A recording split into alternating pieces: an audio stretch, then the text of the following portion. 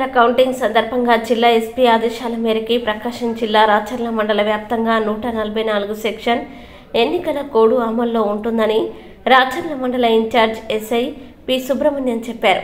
స్థానిక బస్టాండ్ సెంటర్లో మైక్ ద్వారా అనౌన్స్మెంట్ చేసి ప్రజల్ని అప్రమత్తం చేశారు.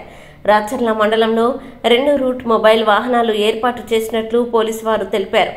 సాధారణ ఎన్నికలు 2024 కౌంటింగ్ సందర్భంగా 3, 4, 5 తారీఖున రాచర్ల మండలంలోని అన్ని గ్రామాల్లో 144 సెక్షన్ అమల్లో ఉంటుందని, కావున ప్రజలెవరూ కూడా గుంపులుగా ఉండడం కానీ, బాణసంచా కాల్చడం కానీ, వీధుల వెంట గెలుపు సంబరాల్ని చేసుకోవడం, రంగులు చల్లుకోవడం, సోషల్ మీడియాలో రెచ్చగొట్టే విధంగా పోస్టులు పెట్టడం వంటివి పూర్తిగా నిషేధించడమైనది.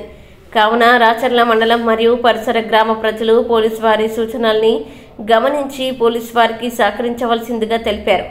జూన్ 4వ తేదీ నాడు పైన తెలిపిన విధంగా కాకుండా చట్ట వ్యతిరేక కార్యకలాపాలకి పాల్పడితే కఠిన చర్యలు తప్పవని ఈ సందర్భంగా హెచ్చరించారు. ఈ కార్యక్రమంలో పోలీసు సిబ్బంది పాల్గొన్నారు.